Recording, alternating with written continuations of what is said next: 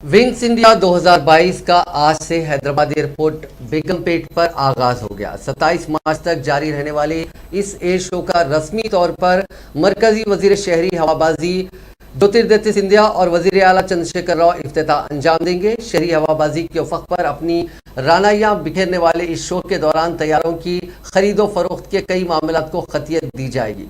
Wings India 2022 में नुमाइश के लिए कई तैयारे रखे गए हैं। एयरबस 320 सबकी तवज्जो का मरकज बना हुआ है। चीफ ऑपरेटिंग ऑफिसर एयरबस अभिनव लाथर ने INN चैनल से बात करते हुए बताया कि एयरबस के जरिए तवील सफर के बावजूद थकावट का एहसास नहीं होता।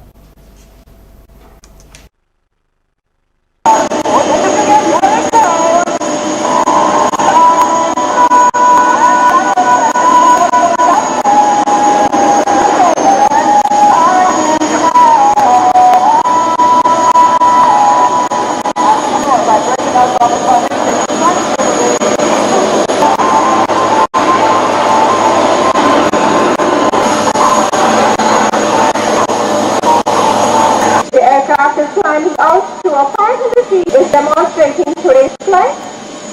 So it's एयरबस 350A जो दुनिया की सबसे तेज रफ्तार फ्लाइट कही जाती है, जो रोल्स रॉयस के एरोनॉटिकल हाई इंजन से बनाई गई है, जिसमें वक्त वाहिद में 300 से 410 तक मुसाफिर सफ़र कर सकते हैं। जो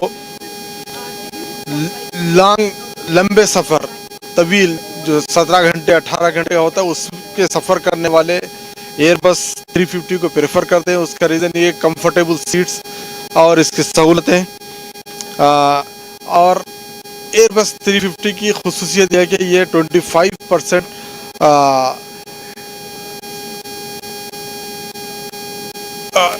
कास्ट में जो कमी आती है ट्रैवलिंग के अंदर, और ये 800 रूट्स पर मुल्क दुनिया भर की 800 रूट्स पर काम चलती है, जिसकी जो है